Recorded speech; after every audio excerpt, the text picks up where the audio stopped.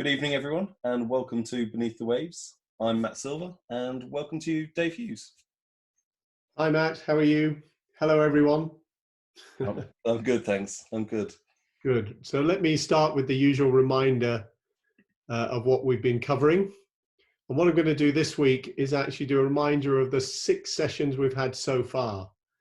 So for those of you that have attended all of them, we did 3 weeks very much focused on the I.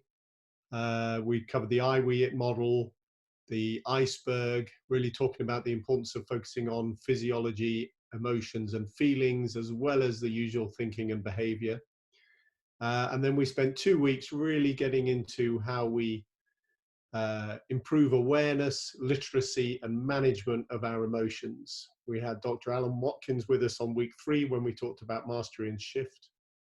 And then we changed gear and started talking about how we work together with our teams, particularly in these really difficult times where everyone's working from home virtually. So we talked about listening at a much deeper level. We talked about trust, and we talked about values and shared spiral dynamics with you.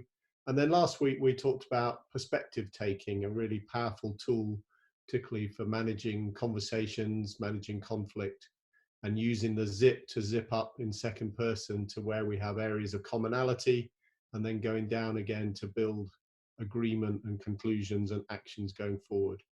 So this week we're going to do something a little bit different.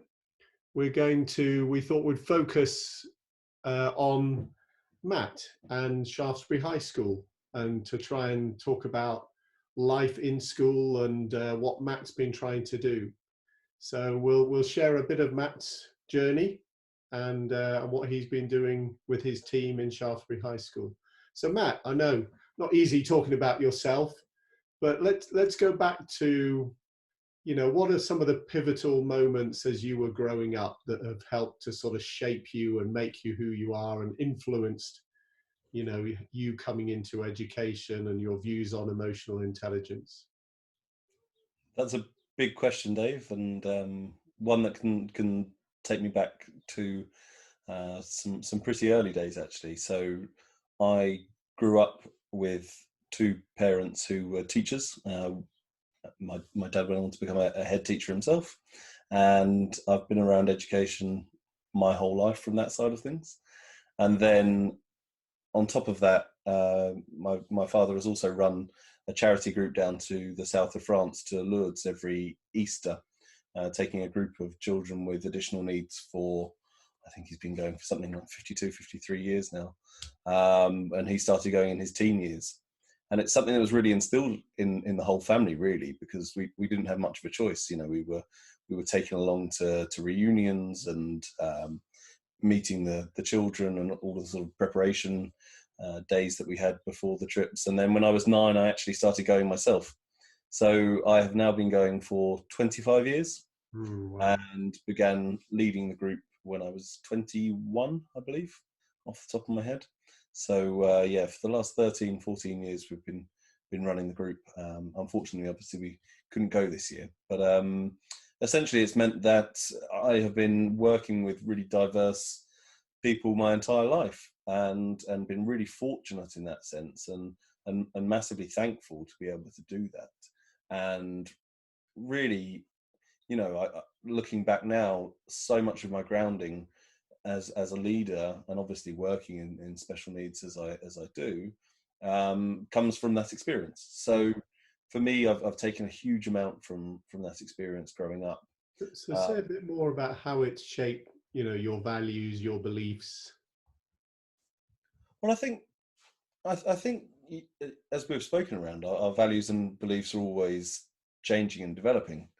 But the fortunate aspect of that for me is that I've always been pretty inclusive of diversity from day one. We have a real range of young people that we would be taking away, and we would be also working with, I'd be working with other helpers in the group who would be in their 40s, 50s, 60s when I was still 9. So I think I was afforded a lot of experiences from a lot of various people growing up, and that's allowed me to really understand lots of different points of view and different cultures, and certainly with traveling as well, that's built in. I've really sort of learned an awful lot from that. Mm. But it was not really in my plan to actually go into education. I think uh, part of that of having parents in education meant that you sort of naturally feel that adolescent Mm. need to get away from it. And I was training to be an osteopath. So if you ever need a massage, Dave, do let me know, and I can offer you a massage. But I'm pretty sure that's all I learnt Can you in do my it first year. virtually? Say Can you again. do it virtually? I've had a virtual hugs, but not quite virtual massages. Um, and I had brain surgery when I was 20. So I have a tumor in my left temporal lobe, a slow growing benign tumor. And so when I was 20, I had surgery, and it really woke me up to a greater sense of perspective on the world, and a really a deeper appreciation of the smaller things in the world that actually brought a lot of joy to me. Mm. So it actually took me a sort of year to get over the surgery in itself, and that was not it was probably the worst year of my life in that sense of recovering full energy and capacity. And you might Mm. pick up I quite an energetic guy, but being suppressed like that for a year really gave you a greater appreciation of it when I came out of that. And it Mm. was more around medication really than the surgery, but it sort of threw me into a greater appreciation of life. And I think that's the post-traumatic growth really, and being fortunate enough to have that mindset.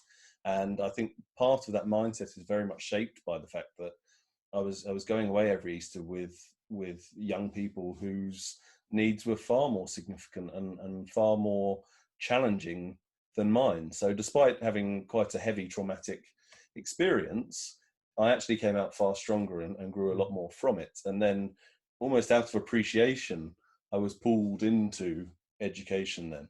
Mm. So part of that was one of the young men that we took to France. He after my first year of leading the group, we'd had the reunion. He'd had a fantastic time when we were out there, but I hadn't really appreciated the impact that the week had had. So he'd started the week, wearing complete black, long black hair, wouldn't talk to anyone, very introverted, autistic young man, and by the end of the week, he was wearing the group hoodie, which is always a different color every year, was getting dressed up in fancy dress for the parties, all of those things that, I almost took for granted again, really, at the time. And it was only 6 months later, his mother wrote me a card and said, Matt, what you and the group have done for my son has just, sort of outdone pediatricians and psychologists and Mm. 13 years of support that he's been receiving. And he's just come back a different young man. He's Yeah. thrown away his worry bag. He's essentially moved on from the depression that he was, a manic depression that he was living his life by. And that same young man has actually just gone on to join the army. Yeah, So what a lovely story. And you've talked to me in the past how, you've seen kids who perhaps society had fairly low expectations of. You've seen them achieve amazing things when you've been away with them on these trips, and that's really shaped your belief that, kids have so much they can do if you create that self-belief in them.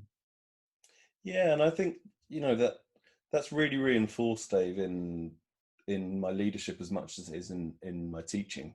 So all of the theory that I now look into as I draw towards the end of my thesis, it's really dual application. It's around human need, and actually, if you can provide the right environment that provides the autonomy, certainly the relatedness that the group provided, because it's almost a family by the time you get onto the plane on the way out, and then that sense of belief in young people that gives them a confidence to really stretch themselves in a short period of time, and the energy that comes from the group and the helpers that goes into that is the closest to some sort of ideal that I've ever experienced, really.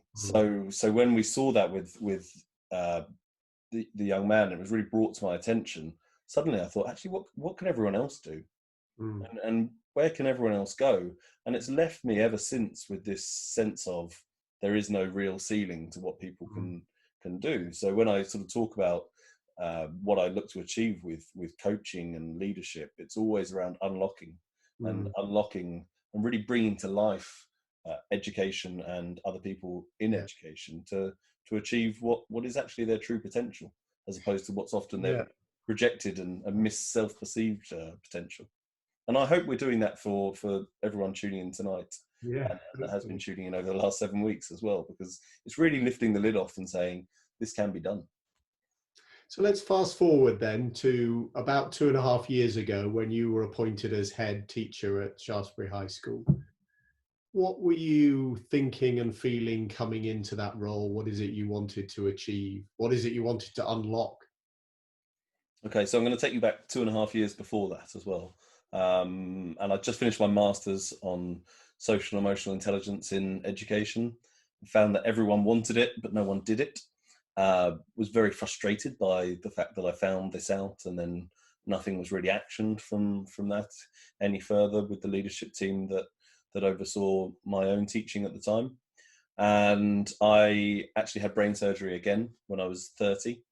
The tumor had slightly regrown, and again, it woke me up and gave me this new sense of perspective of, right, okay, I need to stop being frustrated and letting things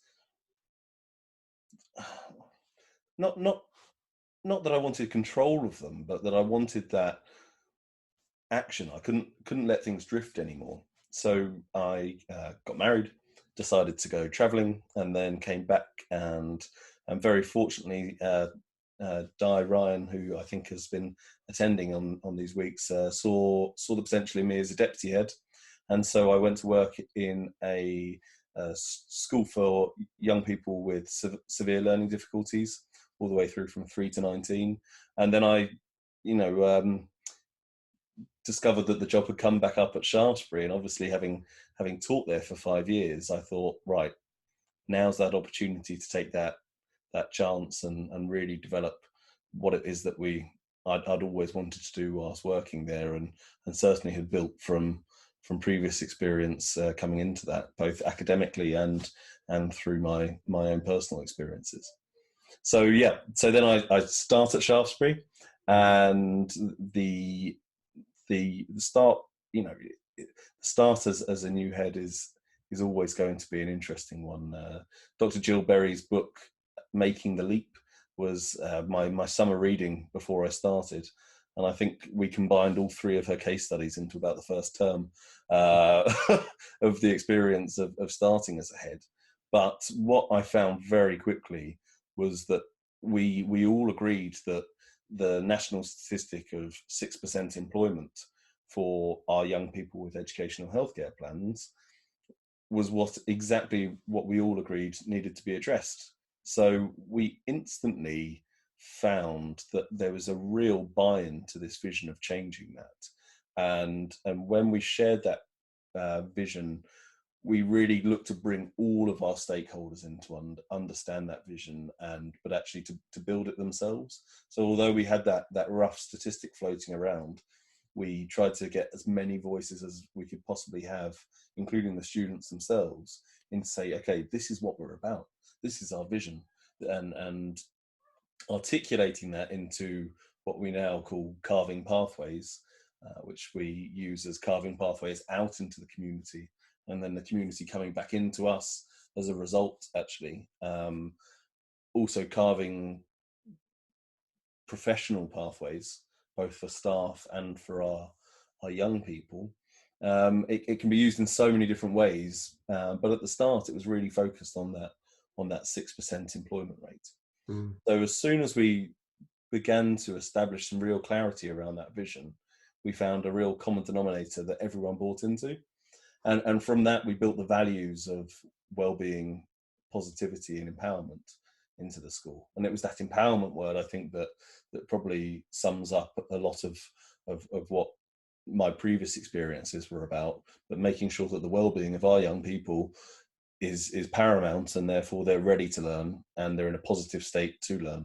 So long before I came across the complete work, Dave, actually in lots of ways we were modeling that, but not necessarily with the same framework. Mm. And what we found is that by investing in staff, redefining the curriculum, which was the design of my thesis for my doctorate, as I'm finishing out now, the investment in people and the simple belief that actually people can do this. People can take their teaching to another level. People can take their leadership to another level. We can take the school to another level and the culture to another level. Leaves us very much now believing that we can take the system to another level as well.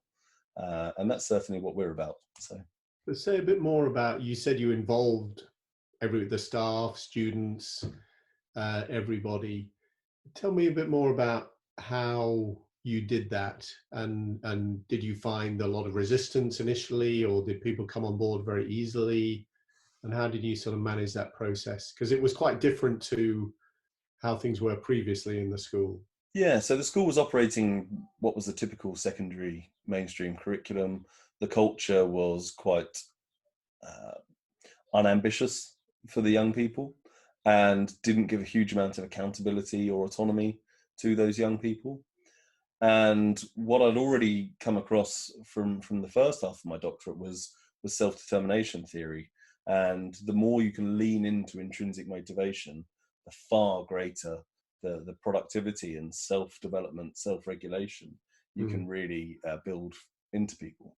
And therefore, when we built that autonomy and relatedness, what we were doing was actually feeding those psychological needs of self-determination theory. So by running things like staff meetings, understanding that different people were coming, wanting to put their voice forward in really different formats, so running different versions of that, such as surveys or one-to-one meetings or small group meetings, parents' evenings, students having focus groups, and So you also had having parents also surveys. involved in shaping the vision as well.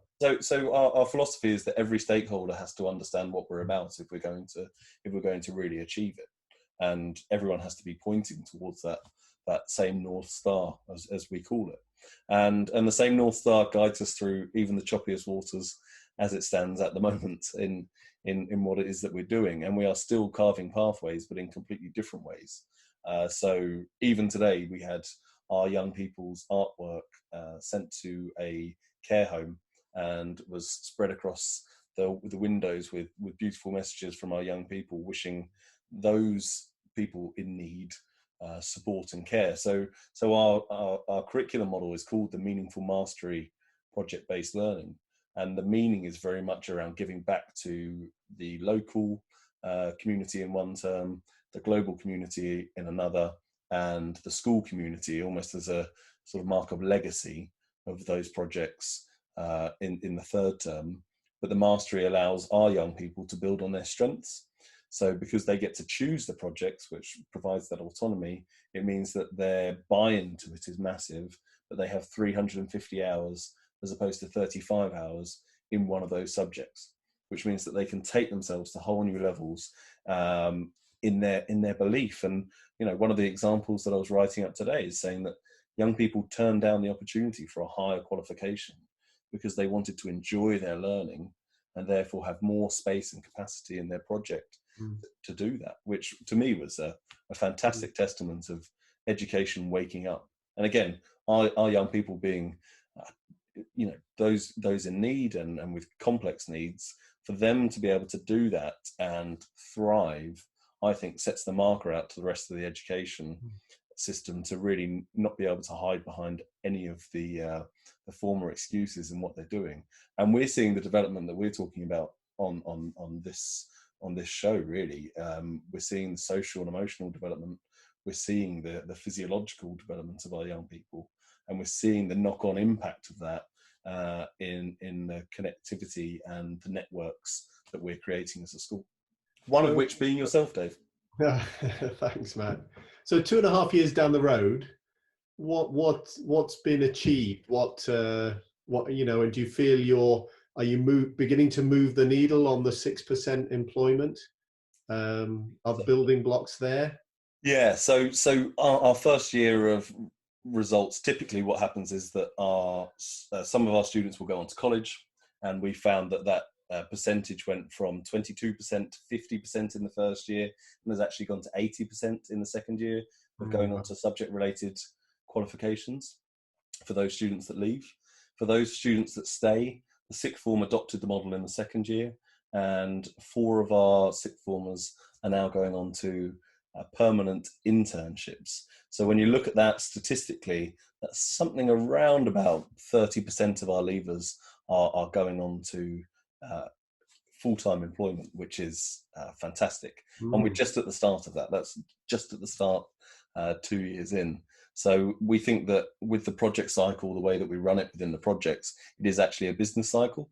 And the idea is, the other way of creating jobs is, if young people can't go into jobs that don't exist for them, well, let's create jobs that do exist online. So we're looking to essentially build digital entrepreneurs into the 21st century, and that's what our project cycle is all about. Fantastic. So just give us a glimpse. In 2 or 3 weeks' time, we're going to have a session devoted to the future and what's next in education, and where's all this leading. But just give us a glimpse. What would you say is the key thing? If you look forward, what's the next thing you want to achieve? Well, it's certainly bringing education to life, Dave. I think with the energy and commitment that you actually have within your school, you have to ask yourself as a leader, are you really tapping into that deep, rich energy source of all of your human capacity within the school? And that includes the students as much as the staff. And if you're not, what are you doing about it? And I think when you look at the battle that education is facing at the moment, and the digital battle that we're facing for our students' attention at home, there comes a real point where education is asking itself, actually, what do I bring that home's never going to bring? And at the same time saying, okay, how do we adjust to make the best use of this technology that is available to us now and is constantly evolving into the AI sphere, as it were. And I think the key to that, Dave, is actually around networks, the connection of human to human connection, the development that allows, but also when you then look at that in the digital framework, organic growth far beyond the school gates, and essentially and very easily globally. Yeah.